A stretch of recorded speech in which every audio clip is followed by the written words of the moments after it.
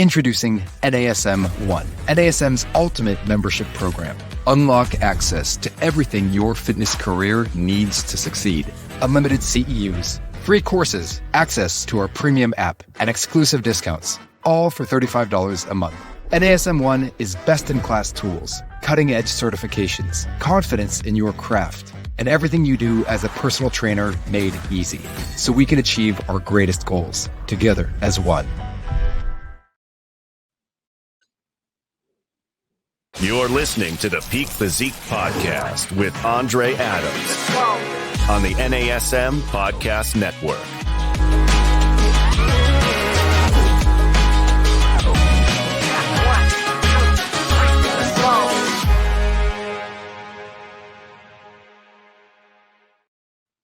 Hey guys, welcome back to the Peak Physique Podcast. I'm your host, Andre Adams, IFBB Physique Olympian and NASM Master Trainer. And today we've got a very special treat for you. I actually just got back from the Arnold Classic 2024, and I was able to go behind the scenes and get some, really hands-on feedback, look at each of the top athletes, and I'm going to break down some of those results and interviews with some really big notable figures and Olympia champions in just a moment here. We would love to also know what you guys think about our show. So, the NASM Podcast Network in general. So if you could please take a listener survey for a chance to win a $100 Amazon gift card. That link will be in the show description. So make sure to take advantage of that. We'd love to hear your feedback on that. With that, we're going to dive right on into it. I want to break down each division. We're going to look at those top, 3 to 5 athletes. And I'm going to give you guys my candid feedback in seeing this live from both, an athlete and coach's perspective, and then also being able to speak with some of the judges and other spectators and, kind of what to expect coming out of the Arnold as each of these athletes gets ready for the rest of this season. We're going to kick things off with the fitness division. Fitness division is one of my favorites. We recently had special guest Taylor Learmont on. She did not participate in the Arnold, mostly because she's putting on some muscle for the Olympia after placing top 2 in the world. But we did have the reigning defending champion, Ariel Kadar, who competed in this show, and 10 other, world-class fitness athletes. And the top 4 was actually Ariel. She repeated with another huge win under her belt. So multiple consecutive time Arnold Classic champion. And then we had Jacqueline Baker actually in second place, Jody Bohm in third, and then fourth place, rising star Michelle Freedom-Mensah out of the UK. She's got a special story of her own with a really accelerated fast track to her professional debut and win. I think it was like a 1-week journey where she, won her pro card at a pro qualifier, competed the next day as a pro, won her pro debut, and then fast tracked herself right into the Arnolds and Olympia. So definitely some really good action, as always, out of the fitness division. It's packed with so much talent. Again, we mentioned Taylor Learmont, who I'm excited about, and then she's honestly going to be my pick for the Olympia. But with other stars like Jody and Jacqueline, Michelle, all bringing them amazing packages, here's where things get tricky, right? The fitness division is split up into 2 components where in the morning, the pre-judging, 1/3 of their score is actually the posing round. So that's going to be the aesthetic physique, scoring, and presentation, very similar to what you'll see in the figure division, whereas 2/3 of their score is their actual performance, right? So that finals routine. And perfect example, Ariel placed, I want to say top 4 or 5 in the morning during prejudging, which is still excellent. However, at the finals, she's always a showstopper, right? She's usually in that number 1 or 2 position, which is enough to bring her total score into that number 1 spot and defend the title in this case. So excellent job, Ariel. Exciting as always. I believe she had a Predator-themed routine for the finals, which is appropriate for the Arnold Classic. She won it last year with the Terminator routine, which was a lot of fun to spectate. So hats off to all the fitness competitors. Let's go into the next division, which was wellness. And I actually had one of our own Team Adams wellness athletes and Olympians, Hyun Kim out of Korea, competing in this show, which was special, right? For you guys that don't know, almost a decade ago, so 9 years ago, actually, I won the last show of 2014, last pro show to qualify for the Olympia 2015 and then earn my Arnold invite for 2015 Arnold Classic. What was special about that was it was the inaugural event. So that was the first time in history that Arnold had decided to do pro men's physique at the Arnold Classic. And I was fortunate enough to be one of the first 10 invited to that show to compete based on our international ranking and scoring system like this. Ended up landing in top 7 in the world that year. And ironically, here we are almost a decade later. Uni, one of my athletes, wins the last pro show of last year, qualifies for Olympia, gets the Arnold invite, and places top 7 in the world as well. So it's fun to be able to come back full circle and put some of those NASM PBC principles to use as a coach here. Wellness top 4. This was an interesting one. Very rarely do you get the reigning multiple-time Olympia champ competing in the Arnold Classic because the shows are relatively close together. And, normally the Olympia pays a little bit better than the Arnold. This year was interesting because Arnold did throw a lot more money in the pot for some of these divisions, with, I believe, open bodybuilding being as high as $500,000. But we had the number 1 and number 2 Olympians with Francielle, Mattos, and Isa, right? So Isabel Pereira Nunez, both competing, and there was only maybe 1 or 2 points separating them at Olympia. So this was a special treat. This was really an Olympia preview for the wellness division. And honestly, no surprises there, right? Francie is really tailor-made for this division. She has beautiful shape. She's got the right structure for wellness, very balanced legs with great flow and symmetry, full tight glutes. So very well developed, right? Good density all the way through that lower tie-in that goes into the upper hamstring. And, she is able to bring that package together in a way that really fits the criteria the best for wellness. And the judges rewarded that again with a unanimous decision, unanimous win for Francie. And then Isa, ranked number 2 in the world, coming in at number 2 spot once again. After Isa, you had Sandra in 3rd and Bruna in 4th. So no major upsets or surprises there. Pretty consistent with how things shook out at the Olympia. In terms of Isa, she's going to have to find a way to one-up the champ if she hopes to take that crown while holding off a slew of other rising stars and up-and-coming wellness competitors. I mentioned my athlete, Hyun Kim. Shout out to her. She's actually just getting back to Korea today. She was a little starstruck because these are girls that she aspires to be like, right? Some of her idols in the sport, and she was able to compete against them. So beautiful thing. And let's not forget, we've got Cass Gillis, who actually sat this one out after being the 2023 reigning Miss International Wellness, right? So 2023 Arnold Classic champ. And Cass is actually one of the athletes that I manage as well. And she decided to focus more on the Olympia this year. Tough decision, but when you need to make those improvements, sometimes it's necessary to take that time off and let your body rest up. So wellness division, one of my favorites. Again, it's one of the most highly watched and anticipated divisions. Let's move on to bikini. And if you guys are just joining us, this is your host, Andre Adams. You are listening to the Peak Physique Podcast here on the NASM network. We are doing an Arnold Classic 2024 recap. We went through the fitness division, wellness division, and now we're going to talk bikini. Again, another highly anticipated division. This was also an interesting one because you had one of my very close friends who's also been on this show, 3-time Miss Olympia bikini champ, Ashley Kaltwasser, actually sit this one out.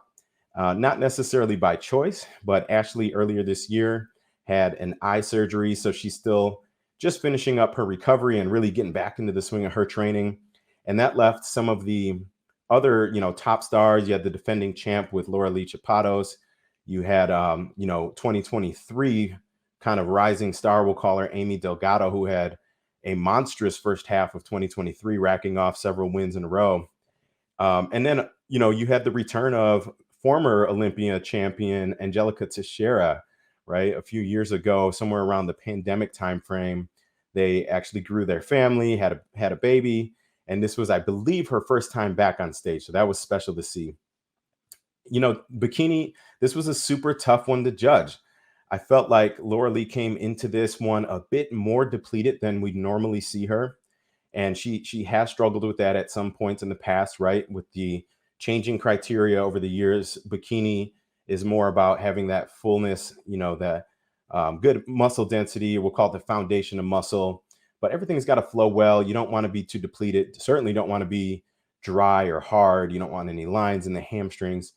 And, we didn't see any of that going on with Laura Lee, but I felt like she could have maybe been a little bit more full this year. So what happens here when you've got an athlete the caliber of Laura Lee, who's got this exceptionally great structure for bikini, even Laura Lee at 90% is probably better than the majority of the bikini athletes at 100%. However, it leaves the door open for other very talented athletes such as Amy to come in. And this is where the subjectivity of the scoring criteria as a judge can come into play, right? When we're thinking about criteria like symmetry, conditioning, muscular development, stage presence, right? There's no necessarily ranked order of these. And this is where the judges have to use their knowledge and their experience to say, okay, each of these athletes brings something special to the stage. However, we feel like this one is the most complete, right? Has the least amount of flaws and best fits the criteria for the division. And I had no idea who was going to pull this one off. You guys all seen the top two confirmation round. Laura Lee, again, maybe just a bit more depleted than we've seen her in the past, with Amy coming in maybe just 1% softer than I believe I've seen her at her best. And the judges ultimately picked Laura Lee as the winner. And, Amy came in second place there in a very, very close lineup. After that, you had Vanya at third, and then fourth, former Olympia champ Angelica Teixeira. So again, this was an excellent lineup, beautiful to watch, and no room for errors, right? You need to make those adjustments coming into the show between prejudging and finals. You can't have any slip-ups in your presentation. So kudos to those ladies. Congratulations again to Laura Lee for defending the crown. It's a huge accomplishment and positions her very well heading into Olympia later this year. Men's physique division. So this one will always have a special place in my heart. That's where I earned my pro card and my initial Olympia qualification.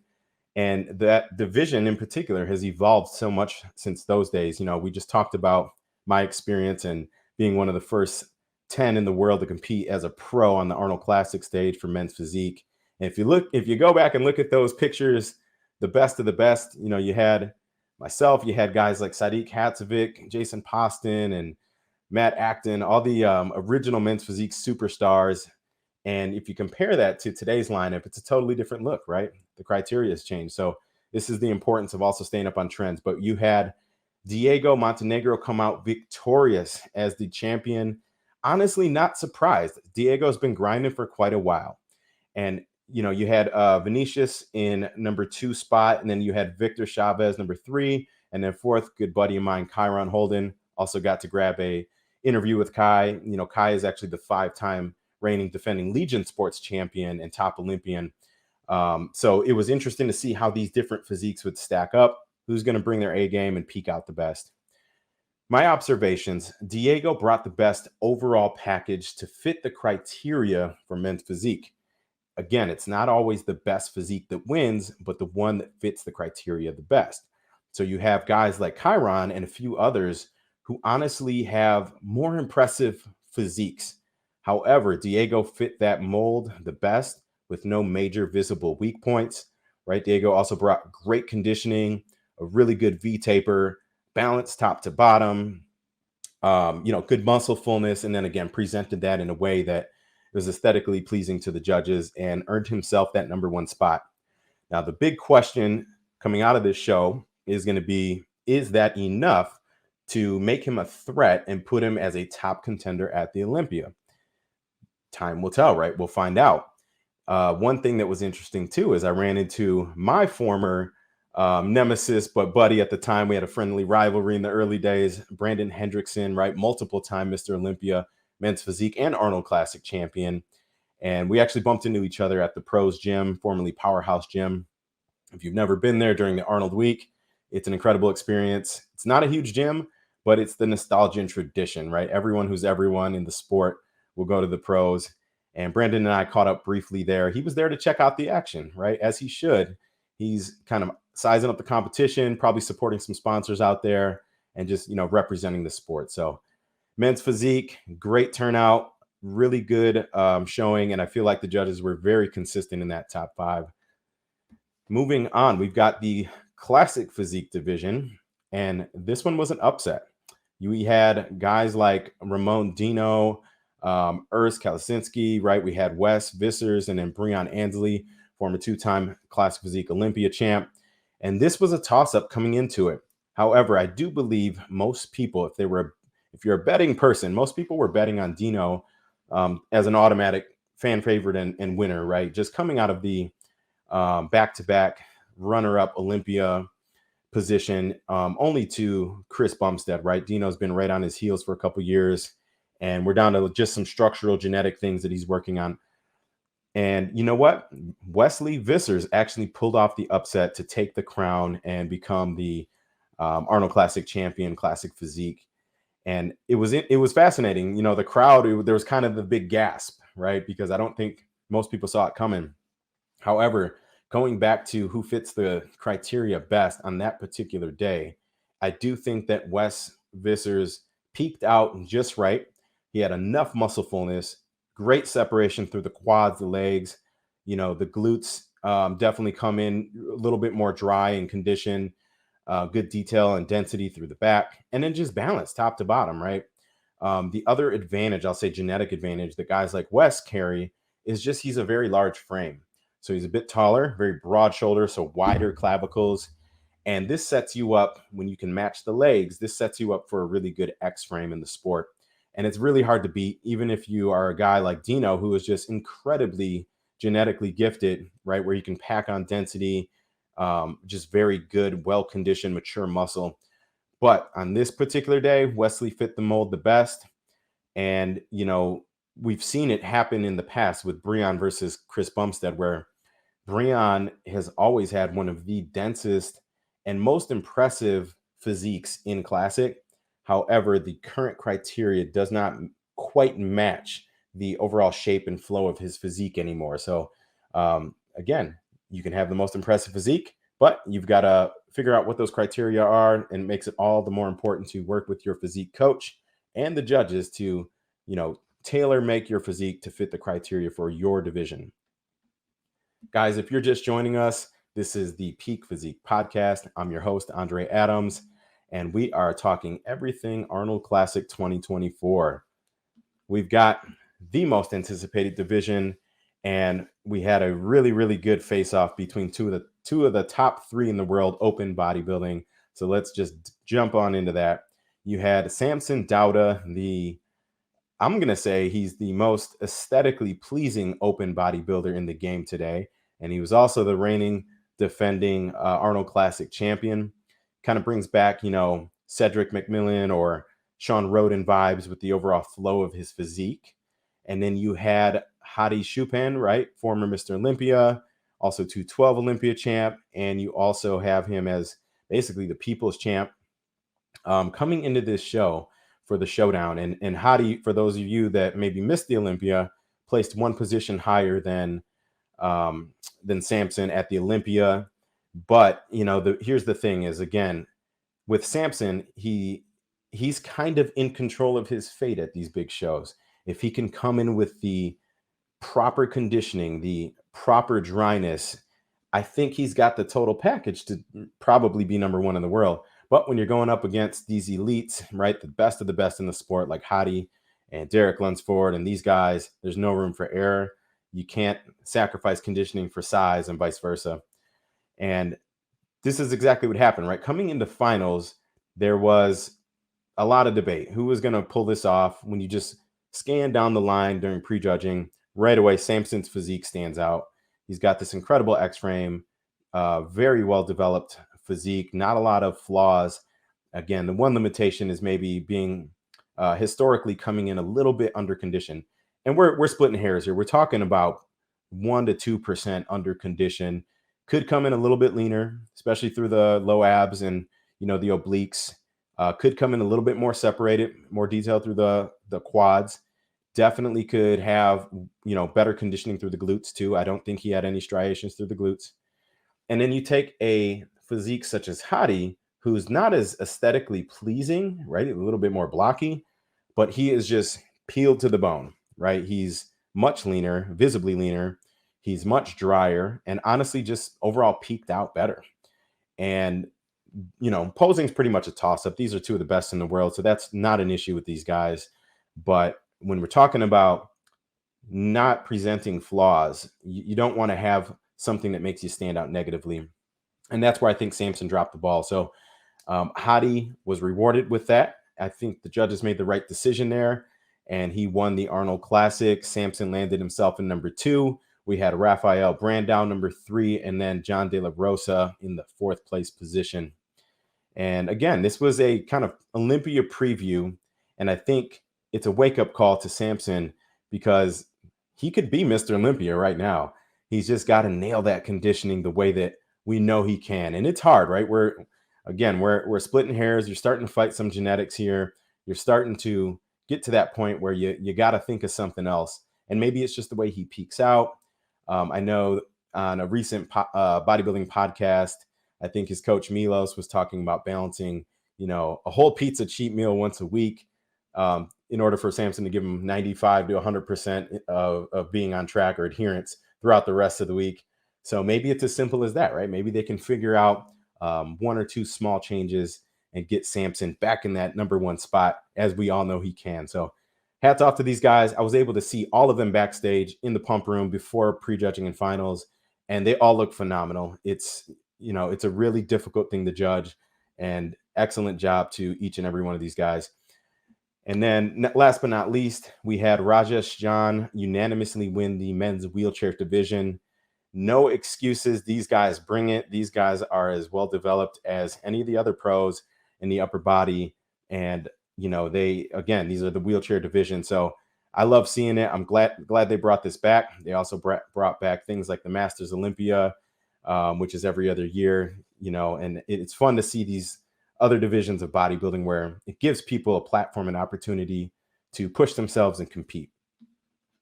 The last thing that I'm going to leave you guys with during this Arnold Classic recap is some highlights. I had a lot of interviews. We walked the expo and we had a lot of fun. We were able to connect with some Hall of Fame bodybuilders, some current Olympia champions, and a few other notable figures in the industry. And I wanted to share some of those highlights with you guys real quick here. We had first and probably my favorite discussions. I was able to connect with my good friend Andrea Shaw, aka Drea, 4-time Olympia champ once again. We've done a lot of events together recently, and I thought this was beautiful. So for those of you that maybe are not aware, over the last couple of years, the Arnold Sports Festival has removed women's figure, physique, and bodybuilding. Definitely, controversial move. There was a bit of pushback on that. However, Drea and then also Anjie Yeo, right? She's number 2 in the world. They find it very important to still be good ambassadors for the sport. Let's come on out to the expo. Let's support our sponsors and our fans, and let's have a presence for women's bodybuilding and make sure that they are, again, just being good ambassadors for the sport. So it was beautiful to see them both there. And after interviewing them, they are planning to do another Olympia preview and repeat their showdown from 2023 Rising Phoenix before the Olympia. It's not often that you get the Olympia champion, and not just the Olympia champ, but number 1 and 2 out in a show during the normal competition season and then against each other. So we got to see it with Francie and Isa in wellness, and now we're going to get to see that once again with Drea and Anjie in women's bodybuilding. So keep a lookout. Make sure to tune into the Rising Phoenix. Both these champions, again, just excellent ambassadors for the sport. And I'm just going to put it out there. Drea has already made claims to Olympia title number 5. And, last year she signed our wall during one of the events. She was the 3-time champ. She signed it as 4-time champ to put it out there in the universe. Big believer in law of attraction. And I have full confidence she'll be able to execute on that and bring home number 5.